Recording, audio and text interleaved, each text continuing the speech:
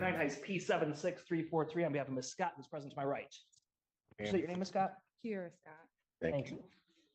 Judge, I recently substituted out her previous counsel, so I'm asking for an adjournment. I received paper discovery today from Ms. And I requested digital discovery from her previous attorney and from the prosecutor's office. All right. I don't have a problem adjourning it out. There is, and counsel, I don't know if you're aware, there's a bond violation report. I am not aware, Judge. I think we substituted out on Monday. She's on a SoberLink tether. SoberLink tether or SoberLink blow? Well, a SoberLink device. I Okay. call it a SoberLink tether. And she's missing her scheduled testing. Right away, this courtroom takes a turn from routine scheduling into something much more serious. What looked like a simple adjournment request suddenly becomes a bond compliance discussion, and Judge Simpson immediately locks onto the issue that matters most: accountability. The moment the court hears about Miss SoberLink tests, the entire tone changes. And that's important because in cases involving monitoring conditions, the judge is not just evaluating whether someone showed up to court, he's evaluating whether they can be trusted outside of custody. Now, defense counsel is caught in a rough position here because she literally just inherited the case and is learning about the violations in real time. That creates instant courtroom tension. You can already feel the judge testing whether this is a legitimate medical explanation or the beginning of excuse-making. And notice something else. The court isn't reacting to one isolated issue. Judge Simpson starts laying out a pattern: missed tests, delayed tests, inconsistent compliance. In monitoring cases, patterns matter more than promises. That's what makes these early moments dangerous for defendants. Once the judge starts seeing repeated behavior instead of a one-time mistake, the court's patience disappears fast. On 2/4, she missed her test from 6 to 9, did submit a compliance test an hour and a half late. Then on February 16th, she missed her test, her 6 to 9 a.m. test, and did not do another test until 10 a.m. On March 15th, she missed her scheduled test from 9 to 12. She did submit a test nearly 2.5 hours later. Judge, this is news to me just today. So Oh, that's why I read it and told you. I appreciate it. It's my understanding that she's taken some medicine, anti-anxiety medicine, which Makes me sleep. makes her I sleep apologize. through, so she'll sleep through some of the morning things just because of her medicine. So I guess, is there another, can we? I don't know. Can I ask for one more chance? And Why don't we do this? Why don't I give you a copy of this to look at, go through it with your client, and I'll call it back up, and then I can get a cogent argument as to do. okay, thank you, Judge.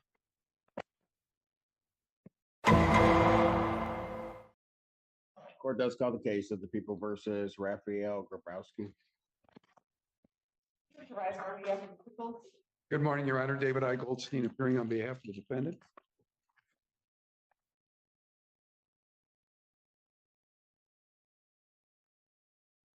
And what were we intending on doing today? Well, Your Honor, there's two things. One is a pretrial, and I was also informed prior to today that there was a violation. There is correct. I'd like to address the violation first, if that's okay with the court. That would be what I think needs to happen. Your Honor, Ms. Reiser and I did have an opportunity to review the. This is where courtroom strategy starts colliding with reality. The defense attorney is trying to get ahead of the violation report before the judge fully unloads on the defendant, and you can tell he's attempting damage control carefully and methodically. He immediately narrows the issue down to small amounts of alcohol and tries framing the positive tests as isolated incidents tied to mouthwash. Now, technically, defense attorneys have an obligation to relay what their clients tell them. But Judge Simpson has clearly heard versions of this explanation before, and you can already feel the skepticism building before the defendant even speaks. The judge isn't just listening to the excuse, he's analyzing the timing, the retests, the alcohol levels, and whether the story logically survives scrutiny. And this is one of the most dangerous moments in any bond violation hearing, when a defendant's explanation sounds rehearsed instead of believable. Once the judge starts mentally testing the explanation against the evidence, every inconsistency becomes amplified.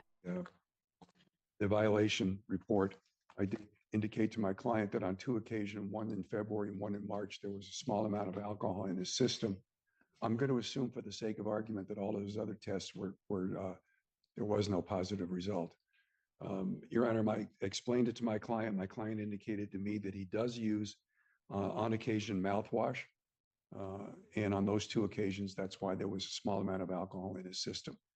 The court notes that I believe, I don't have. Well, that's what he told you. Yes, And that's why you're relating that to me? that's exactly right, Your Honor. Okay. Your Honor, Keep going, please. I'm sorry. Keep going. Okay, I don't have the Need to report hear in this. front of me, but I believe both of those were in the I- evening. It's part of his evening Here. process. You can look at it. Because those, did you? Because those are, what kind of mouthwash?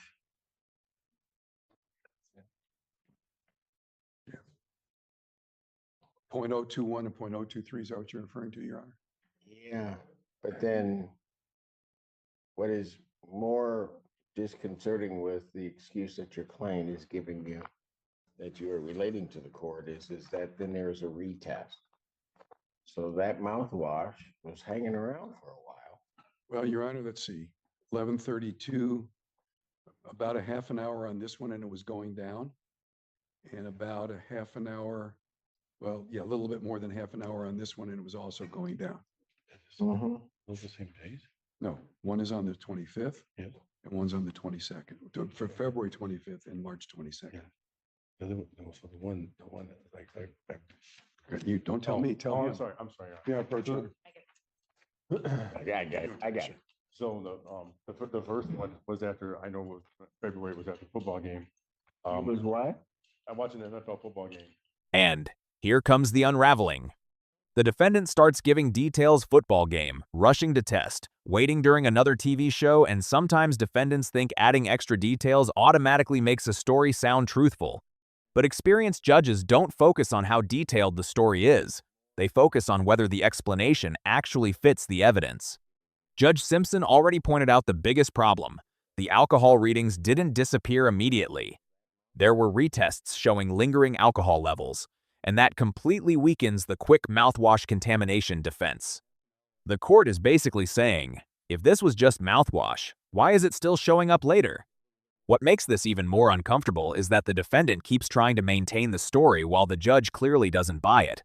And in court, once a judge openly signals disbelief, every additional explanation becomes riskier. Instead of repairing credibility, it can make the situation worse. You can also feel defense counsel backing away from full confidence here. He's no longer aggressively defending the explanation. He's shifting into survival mode, trying not to make the situation explode further. Yeah. I watched the game. I went in, brushed, and right away blew, and it didn't register. So then I waited till the required time and watched another TV show, and then blew a compliant test. And then the second one was after I waited 30 minutes after popcorn brushed, rinsed my mouth again, then waited 10 minutes, and then blew, and it's worked. Your Honor, So then I waited for retest, and the retest was okay. Your Honor, after looking at the report again, I noticed that both tests were in the evening. I'm assuming, since there are no other tests referenced, all the morning tests were negative, and all the other evening tests were negative except for those 2. That's all I can say at this time, Your Honor.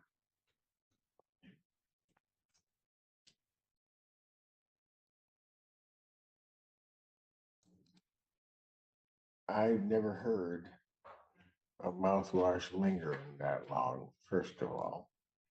And that mouthwash, particularly as it's being described, would hang around that long to blow numbers. And I'll be honest with you, I don't believe it Okay. at all. But if that's your story, And that's a story you're gonna give me, and then I gotta do what I gotta do.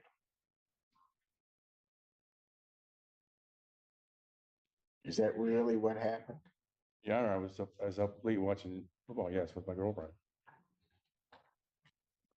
I don't doubt that. I'm just saying, you're saying that's the reason for the alcohol.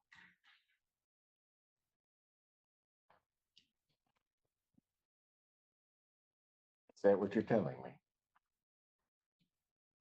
That's what I want to tell you. Okay, I understand what you want to tell me. No, I also understand. I didn't just wake up yesterday and start doing this. So I want to make sure that that's what you want to tell me well, before I do what I have to do. There- If that's your story, no, sir, that is not. that is not what. That is not my story. This is the exact second the entire hearing changes direction. Judge Simpson boxed the defendant into a corner without ever raising his voice. He kept giving him opportunities to stand by the mouthwash explanation, but the judge's questions were designed to test one thing only: whether the defendant was willing to keep lying when directly challenged. And now the defendant breaks. The moment he says, "That is not my story," the courtroom dynamic completely flips. At this point, this is no longer just about alcohol use. It's about credibility, honesty, and whether the defendant manipulated both his attorney and the court. Watch how quickly the consequences escalate after admissions like this. Judges take bond conditions seriously, but they take lying to the court even more seriously. From the judge's perspective, if a defendant lies during a hearing designed to evaluate trustworthiness, then supervision itself starts looking ineffective. Okay, I, so now you have lied to the court, you lied to your attorney so that they could lie to the court. So you want to tell the truth or not? I went with my girlfriend while we were watching. What'd you do Had a glass of wine, had a glass of wine with my girlfriend. on both of these Okay. occasions? She drinks wine. Yeah, that's what I thought happened. You actually drank. So if you did that, why'd you lie? Because all the other times I was good. I haven't touched, I haven't wanted. Oh, I know that. So Honestly, why did you lie? because I knew it was wrong. What? I knew it was wrong to have the glasses of wine with her. So why didn't you just admit that you had it? Because see, now what I have to do is I have to then release you theoretically on an I have to release you theoretically. You're here on an OWI second. Mhm. I put you on testing or monitoring system, below numbers. Then you come before the court and you lie to me.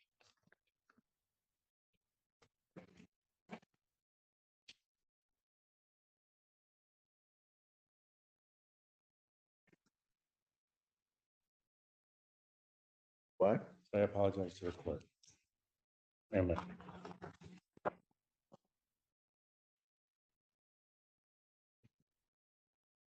What were we intending on doing on the case? Your Honor, I did have an opportunity to discuss the matter with Ms. Reiser. We were going to ask for about a 30-day adjournment. She indicated she was not going to make an offer until my client earned an offer. You can almost feel the awkwardness filling the courtroom here. Defense counsel is trying to pivot back toward normal case scheduling, but the problem is the violation hearing just detonated moments earlier.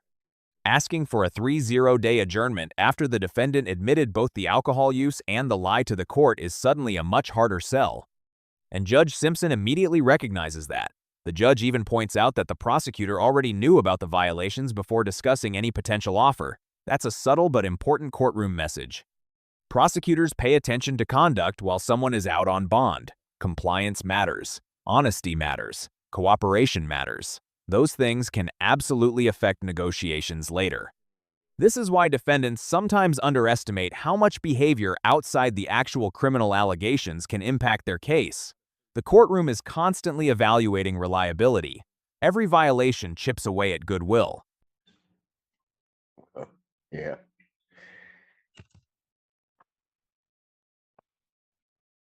This probably didn't help. Ms. Reiser knew about this, Your Honor, before she made that comment. Yes, I'm sure she did.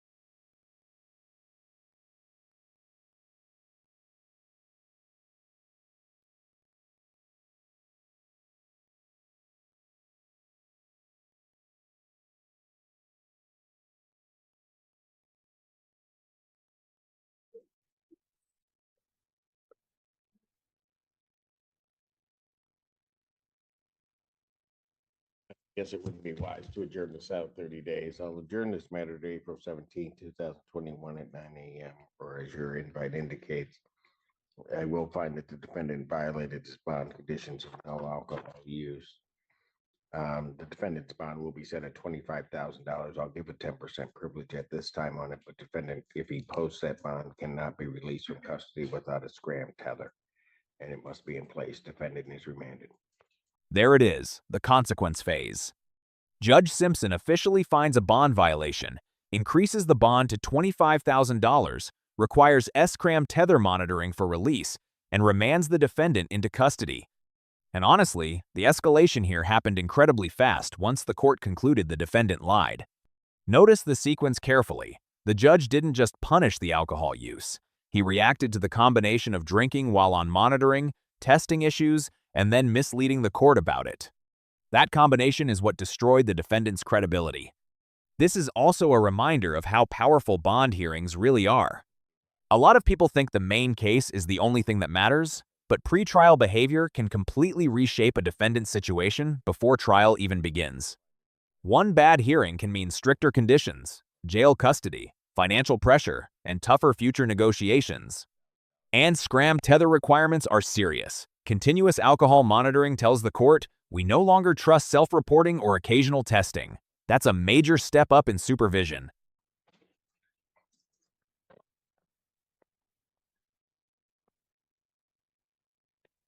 Calvin Lee.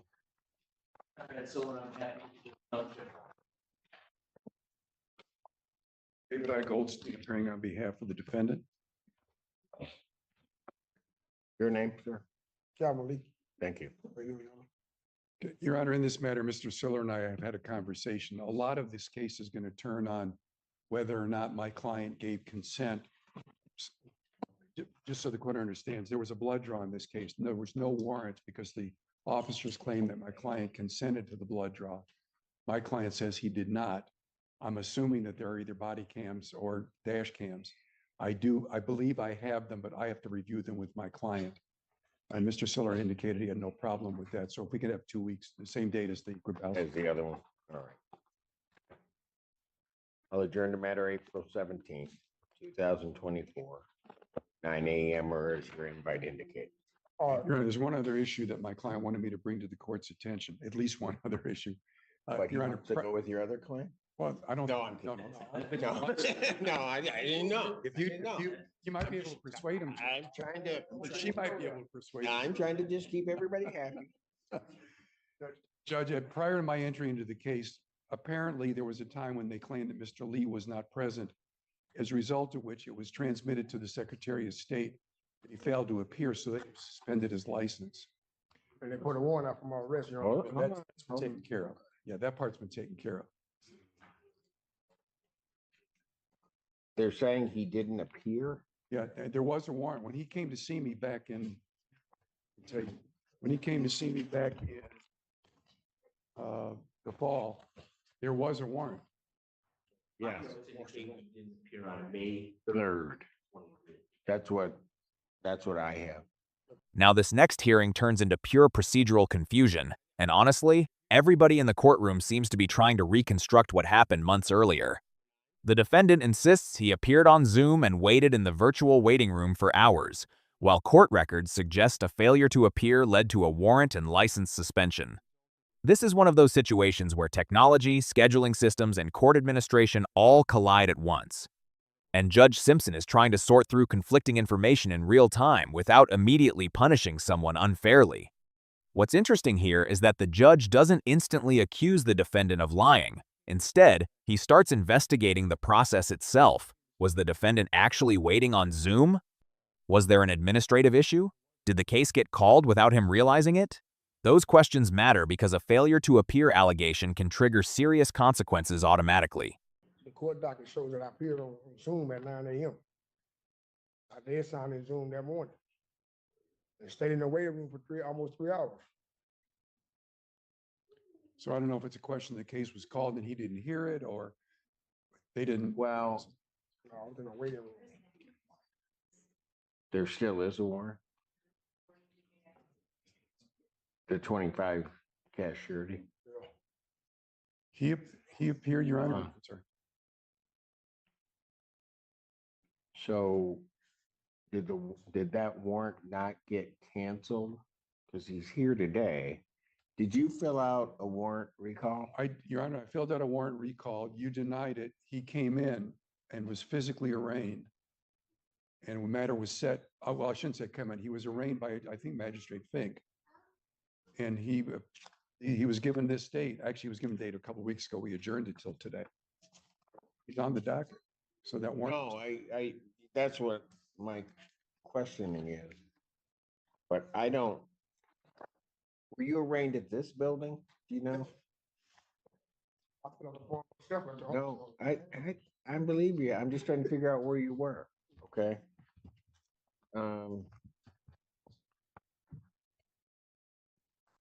Yeah, I did a request for recall last year, Your Honor, it was denied. Right. I probably would have denied it on this one. Right, because it was I'm not- last adjournment. I get that. And then there was, and so then he came in. I have nothing regarding an arraignment on this. I have your substitution.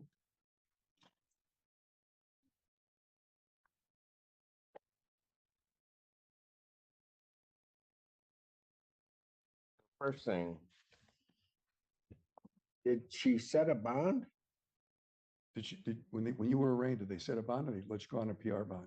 Let me go on PR bond. PR bond, Did she have to $10,000 dish? bond. I'm sorry? $10,000 bond. $10,000 bond. $10,000 PR, Your Honor. You see it? So it looks like the request to recall the bench warrant was denied. but the Correct. private attorney pretrial was set, so it doesn't look like it's arraigned on the bench warrant. It still shows his act. So he wasn't arraigned on the bench one. At this point, Judge Simpson is basically conducting a live reconstruction of the entire procedural history because the paperwork and the courtroom memory are not lining up cleanly. The defendant insists he appeared. The court has partial records. Defense counsel is trying to explain prior warrant recalls, PR bond conditions, and arraignment history all at once. And meanwhile, the judge is trying to determine whether this man accidentally slipped through administrative cracks or whether he genuinely failed to appear. What makes this hearing fascinating is that Judge Simpson refuses to make a rushed ruling without clarification. A lot of judges would simply default to the existing record. Instead, he pauses and starts working through the timeline piece by piece. But notice something important. The judge is still maintaining authority the entire time. Every time the defendant starts interrupting or pushing too hard, Judge Simpson immediately regains control of the courtroom. That balance matters. He's willing to investigate the issue fairly, but he's not allowing the hearing to become chaotic.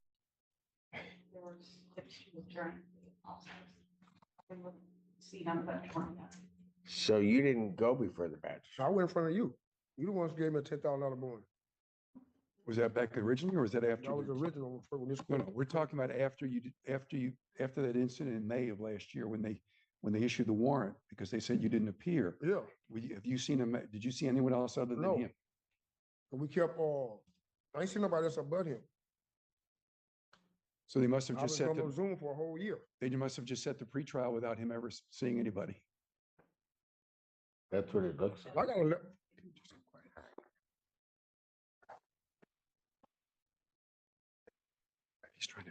Just be quiet. All right, here's what I'll do. Because I'm not sure what happened. I'll cancel the bench warrant. Set his bond $25,000 personal recognizance bond with the previous conditions that I had ordered. With the standard conditions, no alcohol. Then he's to continue testing. Have you been testing at community corrections? No, I've been texting that work health. He lives in I'll send- Lansing. I'll He send lives all in my- Lansing. Your Honor. Have you been sending those results down to community Yes, we corrections? got all my. They've been getting them? Because I don't have it, I don't have a report, so I'm assuming they're getting your Yes, sir. testing results. Okay, And they also suspended my license for failure to appear when I appeared. the only way, so I have it as a bench That is correct. When he failed to appear in May of last year. Correct. When. the suspension, they would have suspended. I get that. But the only way that I would, he's indicating he was here in the waiting room, and typically we don't have the waiting turned on. I mean, on the Zoom, that's what they had me in the waiting. Okay, were you late? No, I signed in at 9 a.m. That's what time my hearing was. Okay. So the only thing that I can do, Mr. Goldstein, is sometime we'll just have to put it on our list. I'll go back and verify that. I think we still will have the recording, so we'll be able to tell whether or not he was here. I was here. Okay, we can address. Okay, I hear you, but if you're not here, okay, you want to do it this way? If you weren't here, you want me to just to reinstate the bench warrant? No, sir. You sure? Judge Simpson is doing something very important here. He's drawing a line between emotion and evidence. The defendant keeps insisting he was present on Zoom, and the judge acknowledges that possibility, but he also refuses to rely solely on memory from almost a year ago. Instead, the court falls back on verification. Notes, timestamps, sign-in records, recordings, that's what ultimately matters. And honestly, that's how courts are supposed to operate. Not based on who argues louder, but based on what can actually be confirmed. At the same time, you can hear frustration building on both sides. The defendant feels convinced the system failed him. The court staff appears to have records suggesting he signed in much later than his scheduled hearing time, and Judge Simpson is stuck in the middle trying to resolve a dispute nobody can definitively answer in the moment. What makes this exchange interesting is that the judge doesn't completely shut the defendant down. He repeatedly says the court will investigate the Zoom logs and verify the facts. That's a major distinction. The court is leaving room for correction if the defendant's version turns out to be accurate. Okay, yeah. Sir. So rather than play the game and keep saying to me you were here, I don't know. It was almost a year ago. So I can't say in my independent recollection that you were here. But we have a way of trying to check and verify that. And I'm indicating to your counsel that we will go through that effort and check. Okay. If you weren't here, your license is going to remain suspended. But if you were here, then we will do what we can. That's all I can do. Okay, Your Honor. Okay, thank you. Your Honor. So according to JI. Hold on, Yeah, there hold on, sir. are notes indicating on May 3rd, that the defendant signed into Zoom at 12:58. At what? At 12:58 PM. But his case was at 12 o'clock. I don't know what time his case. Got was, it. but he signed into Zoom. at So we have notes. I mean, we'll go back and check, but we have notes that indicate that he signed in at almost 1 o'clock. His case was at noon. No, it's not true. 'Cause I got a copy from the clerk. Okay. I'm just telling you what our notes now indicate. We will go back and we will check the Zoom, put that on the list to check the Zoom, and we'll check it. And if you were there, then we'll deal with it. But if you weren't there, Yeah, you- then you weren't there. I was there. Okay, I know I was here. I was here too. Okay. We can always address it on the 17th, Your Honor, but we'll get it squared away. Yeah, we will. All right, Your Honor. Okay, take care. Sometimes it's hard reading those clocks. the state. Oh. We had. We haven't been appointed with this one yet, however, it's an amendment. We did provide insurance on this, riser. That's correct. Ma'am, come up to the podium. Your name? Eternity Jackson.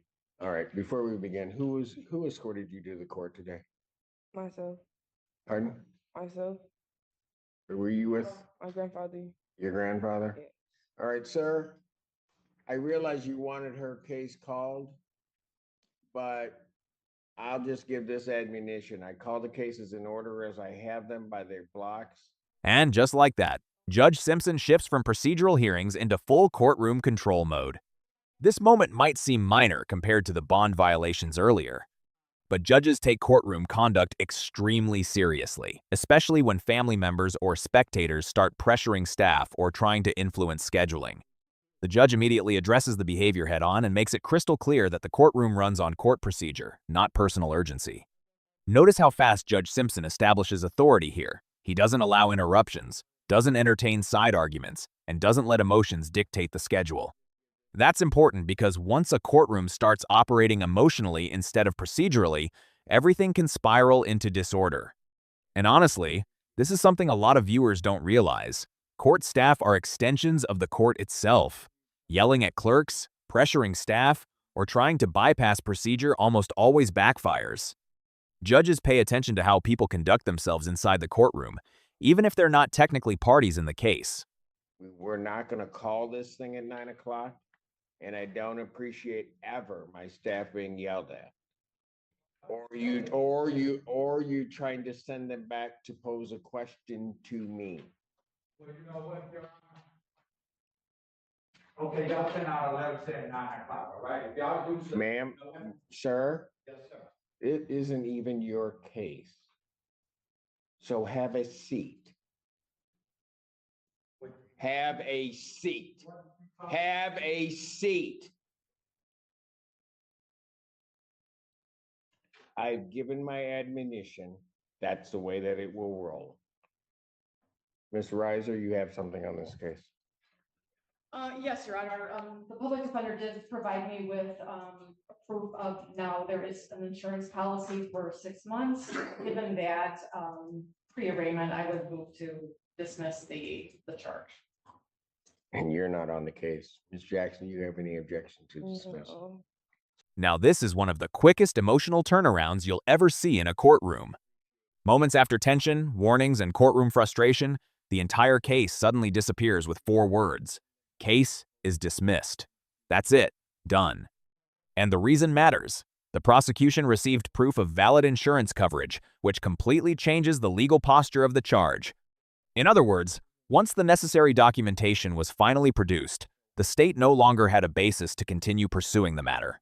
This is why documentation is everything in certain misdemeanor and traffic-related cases. Sometimes, the difference between ongoing prosecution and dismissal comes down to whether proof gets submitted on time. What also stands out is how fast the atmosphere changes once dismissal happens.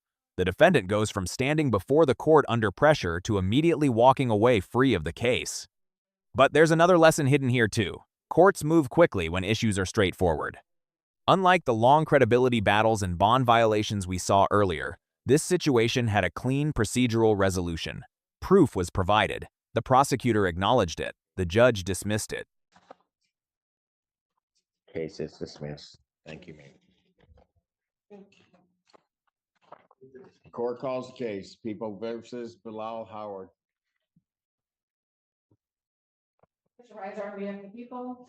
Bridget Coons on behalf of Mr. Howard. State your name for the record. Bilal Howard. Thank you, sir. Your Honor, we'd be looking to set this one up for final settlement. Jury final settlement conference will be set for June.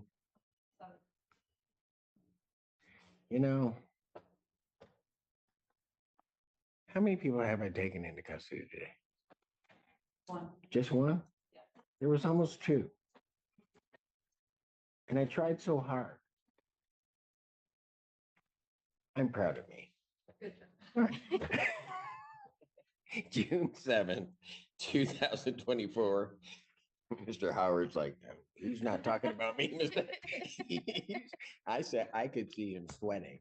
June 7th, 2024, that's at 9 a.m. Jury selection, sir, will be June 10th if necessary, 2024 at 8:30. Both of those proceedings are in person. All right, Thank you. thank you. That's not the case of the people versus Ayanna Johnson.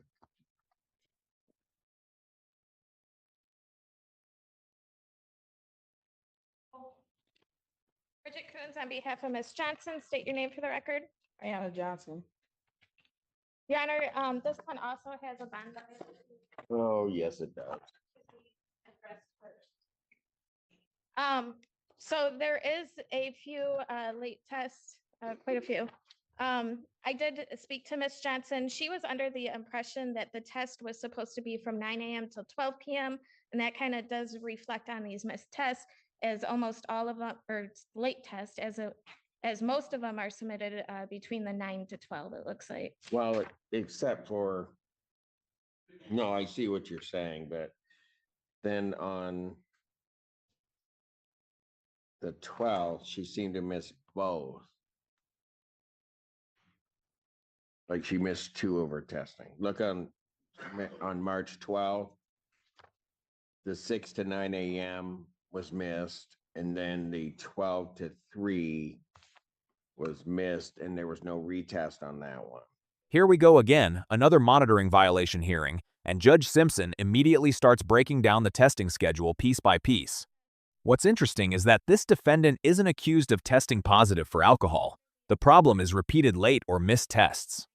And in monitoring systems, courts often treat missed tests almost as seriously as failed tests because the court cannot verify compliance during the missed window. The defendant's explanation is confusion over the testing schedule, but the judge keeps focusing on specifics. Which tests were late? Which ones were completely missed? Were retests submitted? That level of detail matters because judges want to determine whether the issue is genuine misunderstanding or careless noncompliance. And honestly, you can tell Judge Simpson is trying to give this defendant an opportunity to correct the problem instead of immediately punishing her. But at the same time, he's laying the groundwork for consequences if it happens again. That same thing happened on the 17th, where the 12 to 3, there was no retest.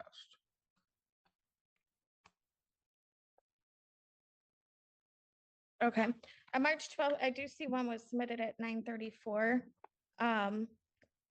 She gets off of work at 1 Right, p.m. no, Yeah. hold on, I just want to make sure we're clear. On the 12th, there are 2 tests. If you look at the very first 2 entries, the first test, it was a 6 a.m. to 9 a.m. test. She didn't test until 9:34. Then on that same date, there's a test between 12 to 3. That one she missed entirely I see. and didn't retest. Well, I have had the opportunity to clarify the time for her. We anticipate no further violations. After all, that she has never tested positive once for alcohol. So we'd be asked that she be allowed to continue on bond and then to adjourn this to allow more tests to come through to prove that she is a good candidate going forward for resolution on this case. Is she really going to be able to do this? Because if I do that, any more missed tests, then she's going to go. Okay, I just need to know what times I need to know the correct time. Well, they gave you the time. That's what I'm saying though. So that's on, they gave, on the paper, it say from 6 a.m. to 9 a.m. and then one from 12 to like 3 o'clock. And then the other one say 9 to 12 a.m. Well, yeah.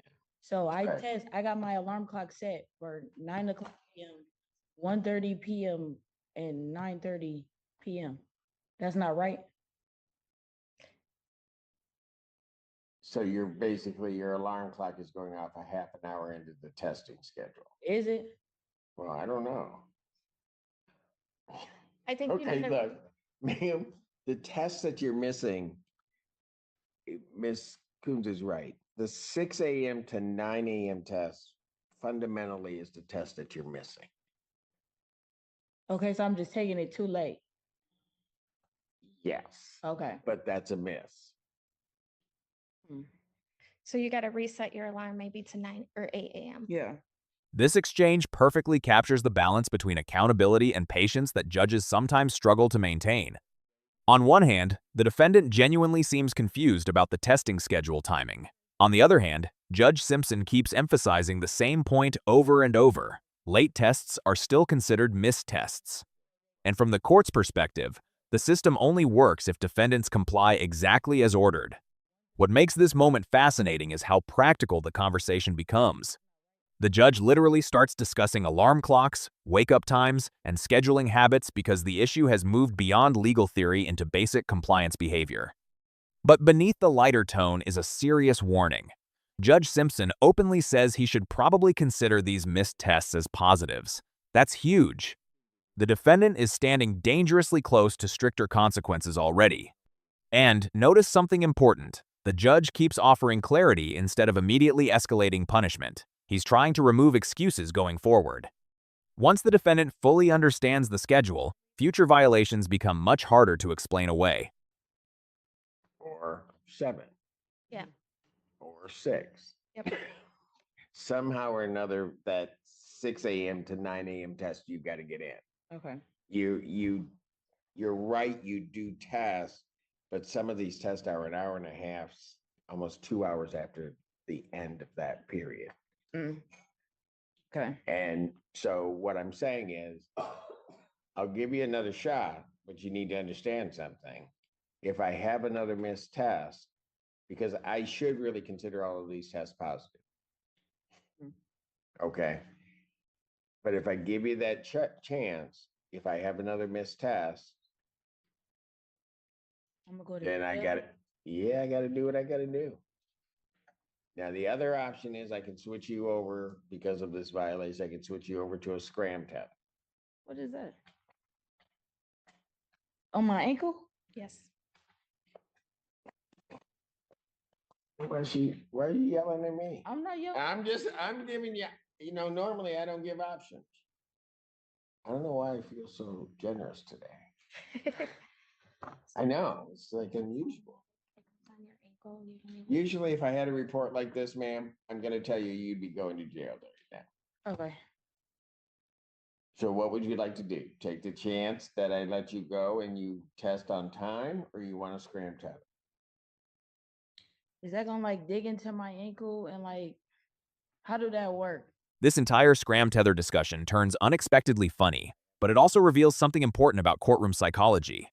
The moment the judge explains ankle monitoring, the defendant's concern immediately shifts away from legal consequences and toward daily life outfits, comfort, appearance, and walking around with a visible tether. And honestly, that reaction humanizes the situation in a way viewers probably didn't expect. Judge Simpson even leans into the humor a little, joking about fashion and outfits, and the courtroom tension temporarily relaxes. But underneath the humor is a serious reality check. The defendant is being offered a choice because the judge believes the current testing issues are already severe enough to justify stricter supervision. That's why this moment matters more than people think. The judge is effectively saying, either start complying perfectly or the court will take away flexibility. And to the defendant's credit, she recognizes pretty quickly that the tether option sounds far worse than simply testing correctly and on time. I don't know what that is, so I gotta ask. They put it around your ankle, and then if there's any alcohol consumption, we're gonna know. How long I gotta wear it?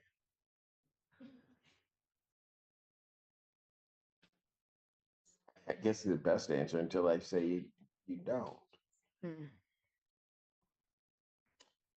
I know this is hard because I can't walk around. no, with it's I know fashion. Go girl.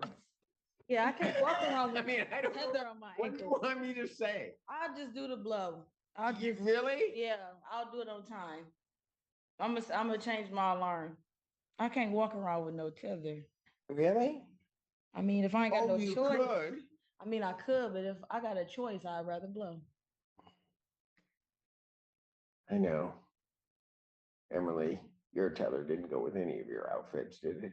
Like what? I'm sorry. I just. Okay, I'm sorry, Emily. Didn't mean to let that out like that.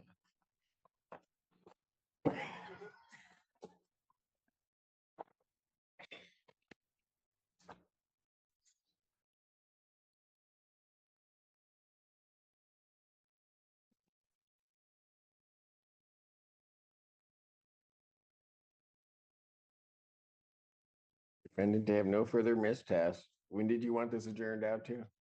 Can we have a month? And I'll adjourn this. You gonna make it a month? What? Why are you looking at me like that? I'ma make it. I'm just at. Okay. I'ma make it. No, I'm gonna put it in the file. She said she gonna make it. This is the courtroom equivalent of a final warning. Judge Simpson literally says he's going to put it in the file that the defendant promised she would comply going forward. That may sound casual, but it's actually a very important moment because judges remember prior warnings when future violations occur. The defendant is trying to reassure the court she understands now. She says she'll change her alarm schedule, she'll make the tests, and she clearly wants to avoid the SCRAM tether at all costs. But the judge's response basically translates to, fine, but don't expect sympathy next time. And honestly, that's how a lot of supervision hearings operate. Courts will often tolerate confusion once. They may even tolerate minor mistakes twice. But repeated violations after explicit warnings usually lead to immediate consequences. You can also tell the courtroom mood is lighter than the earlier alcohol violation hearing because this defendant never tested positive. That distinction matters. Judge Simpson is still giving her an opportunity to succeed instead of immediately revoking bond. Then when you don't, if she doesn't make it, don't be begging me to do anything different. I gave the warning. Thank you. What was the date on that, Your Honor? Seriously, Sorry. May 1st. Thanks. Thank you. You're welcome.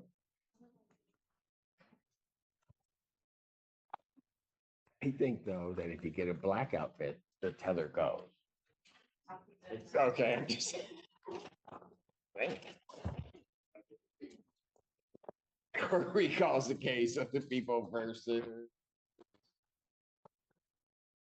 Sheriff Scott.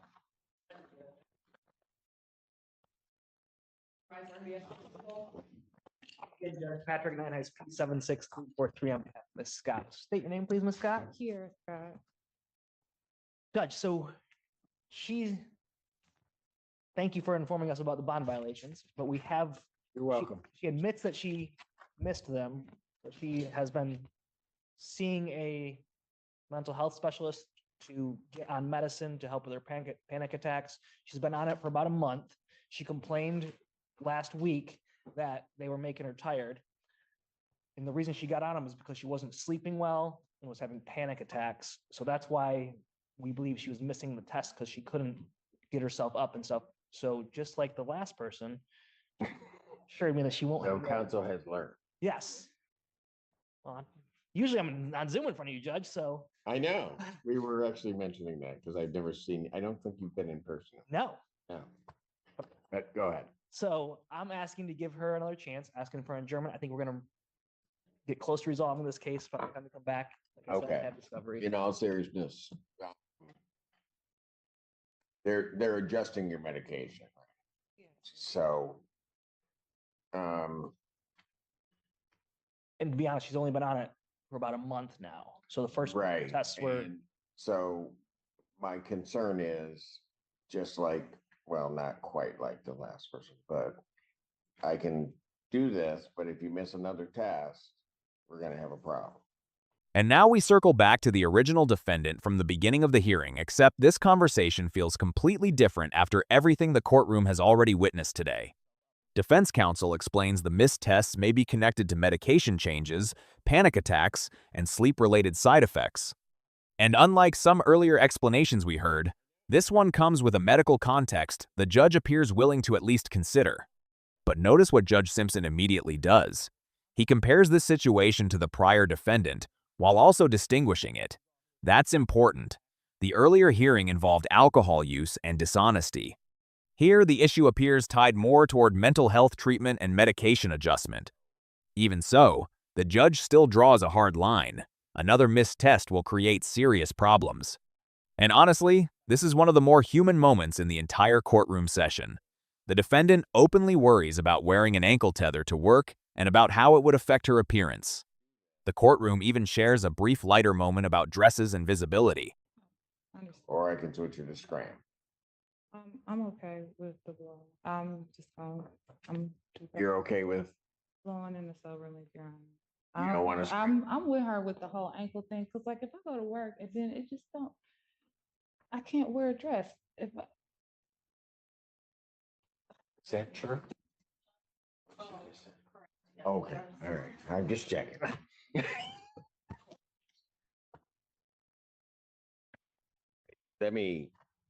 Let's do it this way, because your circumstances are a little bit different.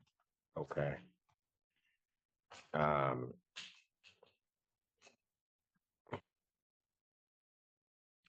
I'll adjourn this to the 17th at 9.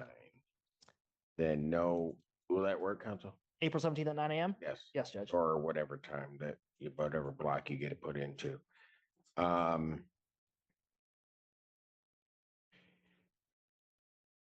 Defendant to have no further missed test. All right. If you're still going through the medication protocol, if there are missed tests, I'm gonna need some documentation of something. Otherwise, I'm gonna follow normally what I do. Understood, ma'am? yes, sir. Okay. All right. Thank you very much, Judge. Thank you. See you live in about 2 weeks. Yes, sir.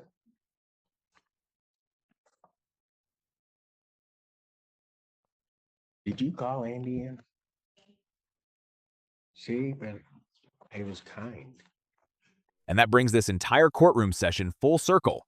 Across these hearings, Judge Simpson dealt with missed alcohol tests, admitted drinking violations, alleged dishonesty, Zoom appearance disputes, procedural confusion, bond adjustments, tether warnings, and repeated conversations about accountability. But one theme stayed consistent through every single case: credibility. The defendants who accepted responsibility early generally kept opportunities open. The moments that escalated most aggressively were the moments where the court believed honesty broke down. We also saw something else throughout this session. Judge Simpson balances humor with strict enforcement. One moment, he's joking about fashion and ankle tethers. The next moment, he's remanding someone into custody or increasing bond conditions dramatically. And honestly, that unpredictability is what makes courtroom hearings so intense. Small decisions matter. Missed tests matter. Excuses matter. The way defendants speak to the court matters. By the end of this session, several defendants walked away with second chances, but those chances came attached to very direct warnings. The court made it absolutely clear that future violations could lead to jail, stricter monitoring, or even complete loss of bond freedom. Judge Simpson's rulings today ultimately reinforced one core message: compliance and honesty are non-negotiable when you're under court supervision. If you found this case as shocking as we did, make sure to hit that like button, share your thoughts in the comments, and don't forget to subscribe for more jaw-dropping courtroom breakdowns.